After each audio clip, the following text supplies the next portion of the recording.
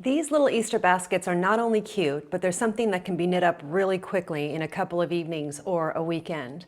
We're using double-stranded worsted weight yarn and pretty big needles for this, so it goes really quickly. This is also a lesson in felting, which is a way of knitting something really big and then intentionally shrinking it in a hot washing machine to make the fabric really sturdy, like this. If you want to work along with the pattern that we're using here, this is the Felted Easter Basket, and it's available for purchase and download over on my website at verypink.com. Now, to get started, you'll want to follow your pattern to cast on the number of stitches it tells you to and knit for the number of rows that you need to for the size that you're knitting. And the next thing we do after we knit the bag bottom is that we pick up stitches so we can knit the sides of the bag. And that's what I'm going to show you how to do first.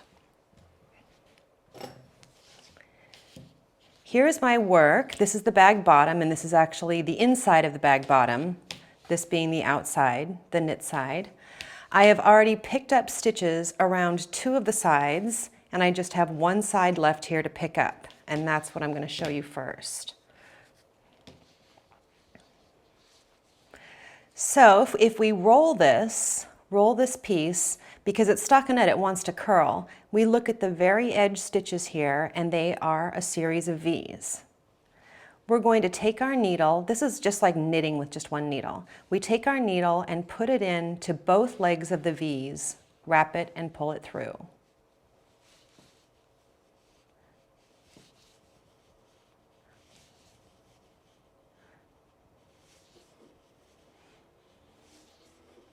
And you do this across the sides of the bag and with the long sides and the short sides of the bag. I'm knitting the bigger size here.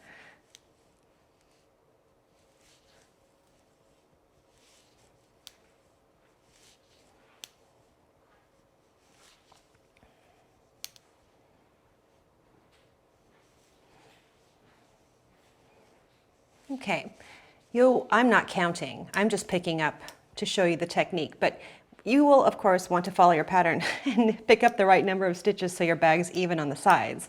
Now I'm back here to where I started, and if you see how I'm doing this, I'm actually kind of knitting the bag inside out at this point. I really want to work on it with the right side facing, but my working yarn is here and kind of in the wrong place for me to work in the round with the right side facing. I should tell you that we picked up the stitches on the wrong side of the work so that we get this ridge around the right side. And that's actually going to give us a nice corner, a nice turn here from the bottom of the bag to the side of the bag. So I'm going to do what's called wrap and turn to get my yarn from over here to over here. And the pattern spells it out clearly. I want to show you the technique.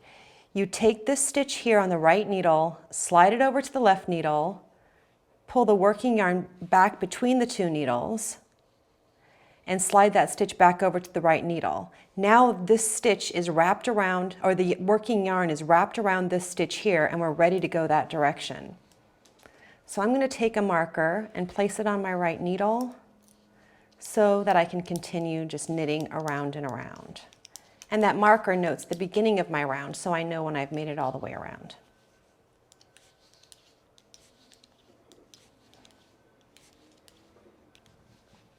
So you'll want to knit around for as many rounds as the pattern tells you to. There are 2 versions of this basket. Besides the 2 sizes, there's a striped version and a gingham version. I'm going to show you how to change color for the striped version in the next video.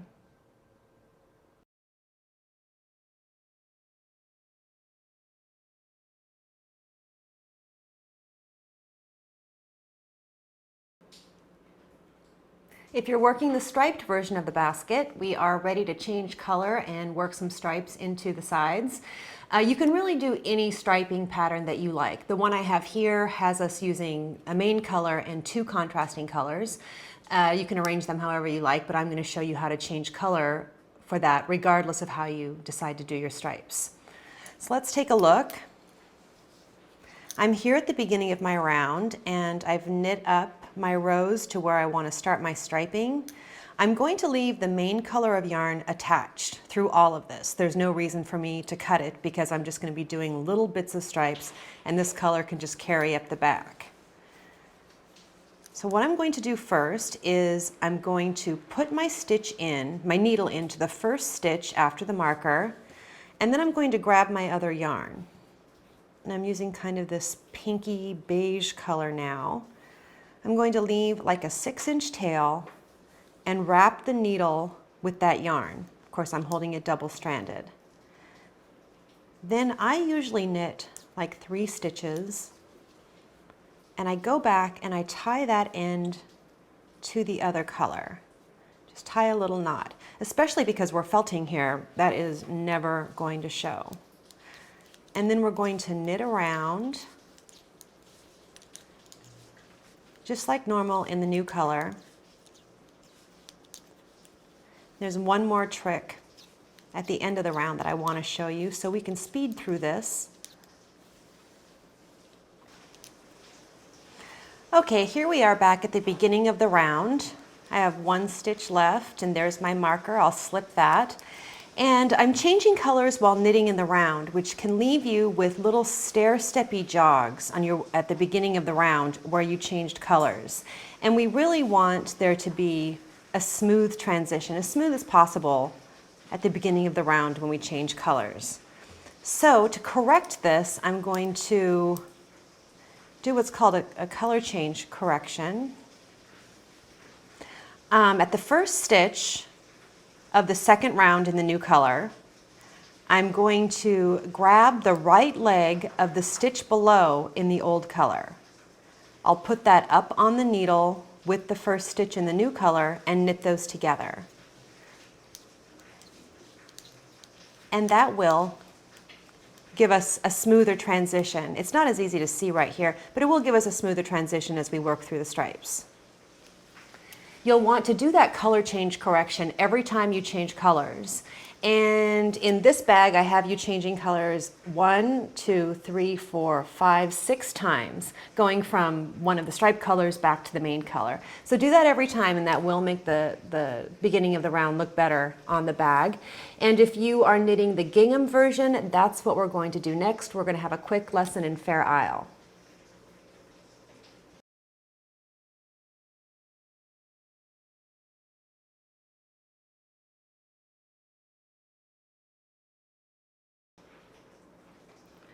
If you are knitting the gingham version of this basket, it looks like this, I want to give you a quick lesson in Fair Isle knitting, which is knitting with 2 colors at a time in the same row.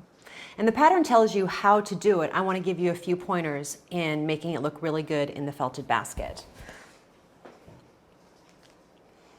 I have a little sample here knit up with the gingham in the colors that I'm using in the sample baskets for this video. I actually think that gingham looks better in 3 colors of the same tone, like maybe a dark blue, a medium blue, and a light blue, and maybe not this pinky beige color. But the technique is the same, so that's what I'll show you.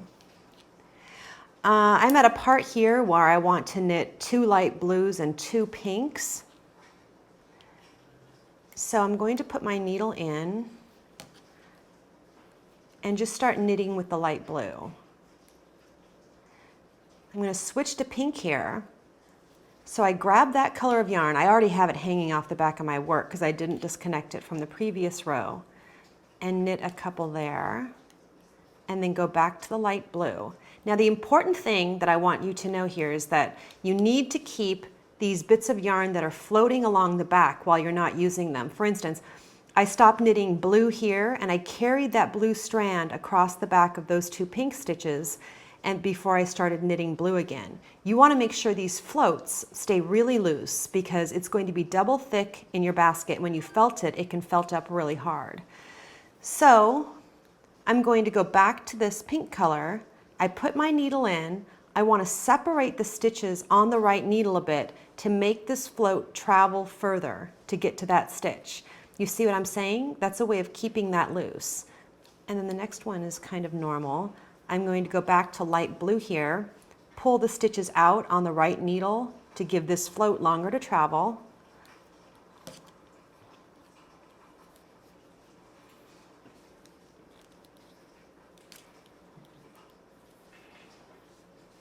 And that's how you're going to work it.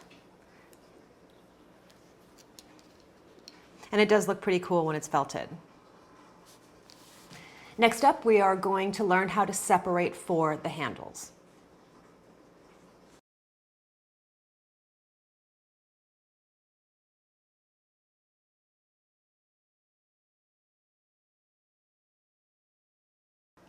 The way we do the handles for this basket is kind of interesting. They're not sewn on the last minute. They actually kind of grow from the knitting as we're working it. And it's kind of a unique thing. I'm going to show you how to work it. If you're following along with the pattern, you want to knit up to the spot the pattern tells you so that the handles are placed correctly on the bag. And I have a little sample piece to show you the actual technique you're going to do when you get there. So here's my sample piece just on double pointed needles. You want to knit up to the spot where you need to place the first handle.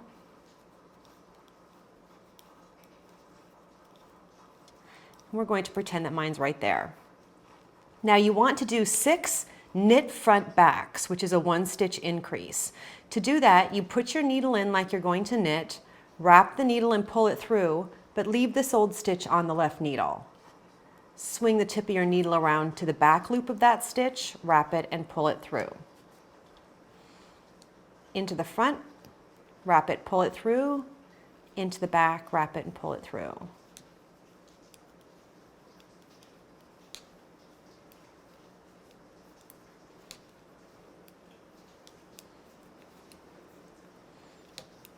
Okay, we've just doubled the number of stitches over 6.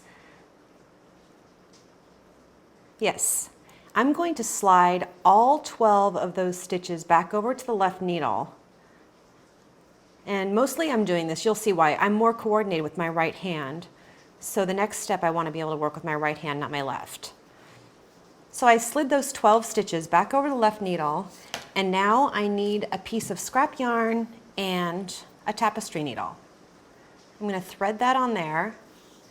And we want to reserve half of these stitches on the scrap yarn and leave half of the stitches on the needle. I'm going to reserve the knit front stitch on the scrap yarn, and the knit back stitch I'm going to leave on the needle. The knit back stitch is easy to see because it kind of has a purl bump. It looks like it has a scarf around its neck. So here's how I'm going to do it. I'm going to slide the scrap yarn through the first stitch, which was one of the knit front stitches, and put the knit back on the right needle. Yarn, needle, yarn, needle.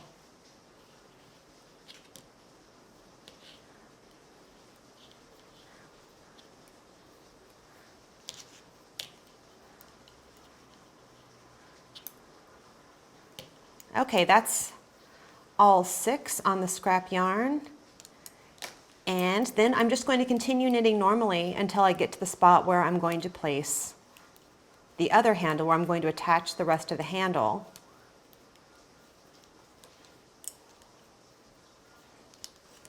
And that's what it'll look like as you continue. So go ahead and work this round with the KFB increases and finish the rest of your bag. Next up, I'm going to show you how to work the handles.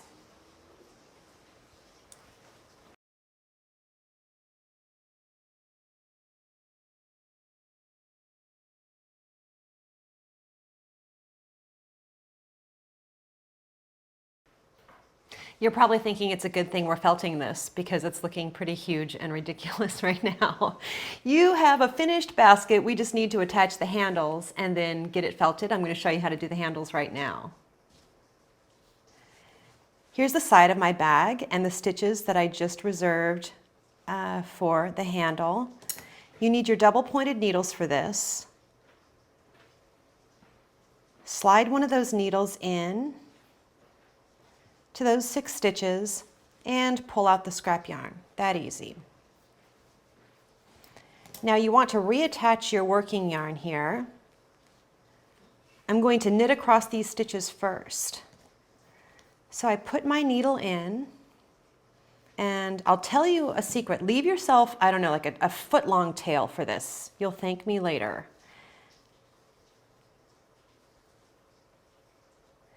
Knit across those stitches,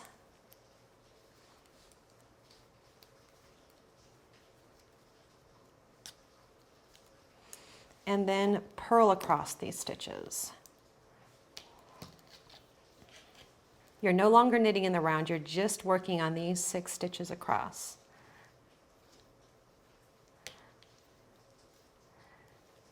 And then after this first purl row, to keep things tidy, I always tie a knot with the working yarn and the tail end. Okay, that's not going anywhere anymore. And this pattern tells us we need to work 4 rows of stockinette, so we knit over, purl back, and I'm going to knit over and purl back one more time.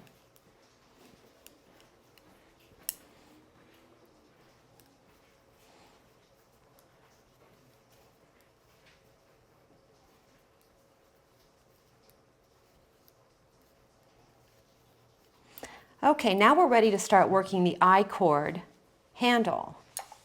I'm bringing the sample here. This has a nice rolled handle, and that's done by working I-cord, which is kind of a weird thing to knit. First row, knit across all 6 of those stitches. Now don't turn your work to knit a wrong side row. Slide those stitches over to the other end of the needle. Your working yarn's coming very strangely from way over here. Knit across those stitches, pulling that first one pretty tightly.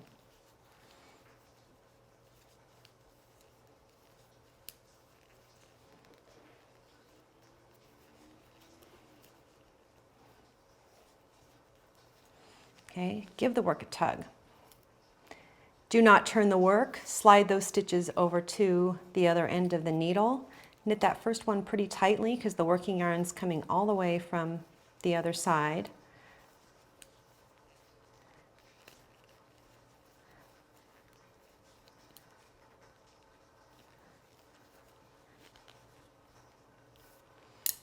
And this is how you're going to work the I-cord. We can speed through this. I'm going to finish up working this I-cord, and so I can show you how to attach the handle to the other side. Here I've just finished the I-cord handle, and I knit another 4 rows of stockinette, and I need to attach this end of the handle to this side of the bag. And I have these stitches reserved here. So just like on the other side, I'm going to slide my double pointed needle into those stitches and pull out the scrap yarn. That was easy. Now I'm going to take a 3rd double pointed needle. First, let me make sure I get this straight. We're going to do a 3 needle bind off, and the 3 needle bind off needs to be done with right sides facing, which is a little bit tricky when you're doing this bag. So this is the right side here, following it all the way around. And I want to hold this right side against this right side to be able to do the 3 needle bind off. You see what I've got there? And I'll turn this around so my working yarn's in the right place.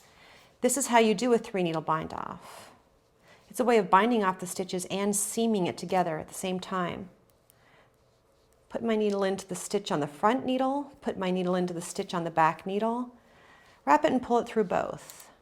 Whoops, I just lost it. I split that one. 3rd time's a charm. Okay, do the same thing in the next stitch. Now you want to actually bind off this stitch over this one, like that. Knit another one.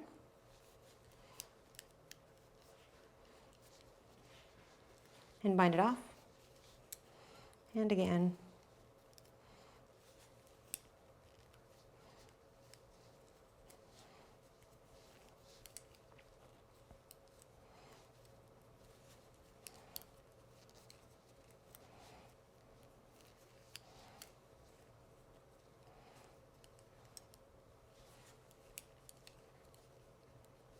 You do the last one. You have 1 loop left on the needle. Break your yarn, leaving yourself a pretty good inch tail again. Pull that loop long and pull it through just like normal fastening. Now I had you leave a pretty long tail next to the handle here on both sides, and that's because when you go into weaving your ends, you want to attach the handle down to the sides of the bag, up for that flat stockinette part. on both sides. And you have the extra stuff to do it here. The last thing I want to show you before we start felting is how to make the beginning of your round, the end of your round, this part right here look really nice across the top. So take that end, or those two ends together, and thread it onto your tapestry needle. And we're going to mimic the way the stitches look in the bind off row. To do that, you want to take what you have threaded there, and skipping the first leg, go under both legs of the V of the second V, like that. Pull that through, and then go back down into the same place you came out of, which is right close to the slip knot there. Okay, that looks a lot better. It's a nice smooth edge, and it follows the way the V's look on top of that. Then you're going to want to weave in all of these ends and cut them short. You want to definitely do that before we put this in the washing machine. Once you finish that, you'll be ready to felt, and that's what we're going to do in the next video.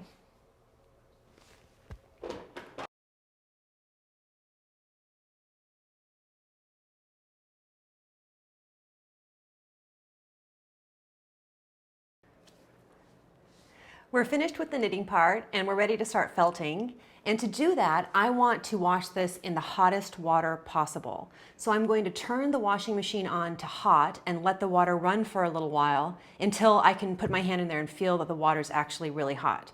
Then I'm going to spin that water out of there, take the basket, put it inside of a lingerie bag. That's going to catch any little bits of wool that fly off the bag while it's in the washing machine.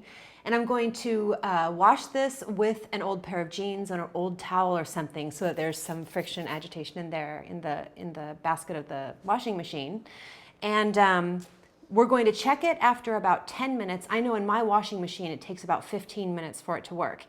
Anyway, I'm going to go felt this.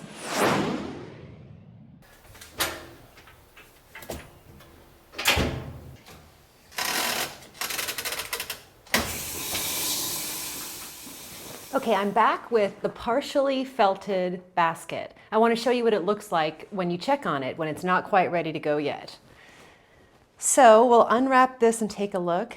It's very hot and very stinky right now. And the reason I'm not done felting it is a couple of reasons. One, there's still way too much stitch definition. You can see the stitches too well here. Here's the finished basket. You can hardly see any knit stitches at all there. This one is very clear. Also, it is way too floppy to be finished felting yet. So I'm going to pop this back into the washing machine.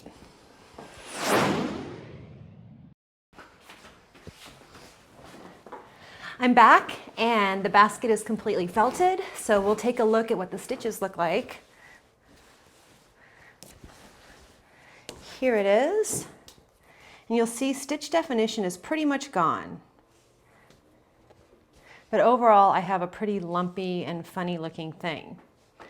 So now the last thing you want to do while it's still warm and kind of wet, you want to shape it. And I'll tell you that before I pulled it out of the washing machine, I did turn the machine to spin for, I don't know, 30 seconds or so to get most of the water out.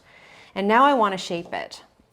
And the first thing I'm going to start with is the square bottom of the bag, and stretch that out to make it really square. And while I'm doing it, I'm pinching along the sides here to help create that corner between the sides and the edge. It does look like such a mess when it comes out. It's nice that we can get it shaped up. Okay, that's the bottom pretty well done. Then I'm going to straighten out the sides and also try to make some corners in the sides of the basket like this. And if your bag is really floppy and you're thinking, oh, I want to fill it with plastic bags to help it hold its shape, you probably haven't felted it long enough. The felted bag should really hold its shape pretty well. Well, that's already looking a lot better.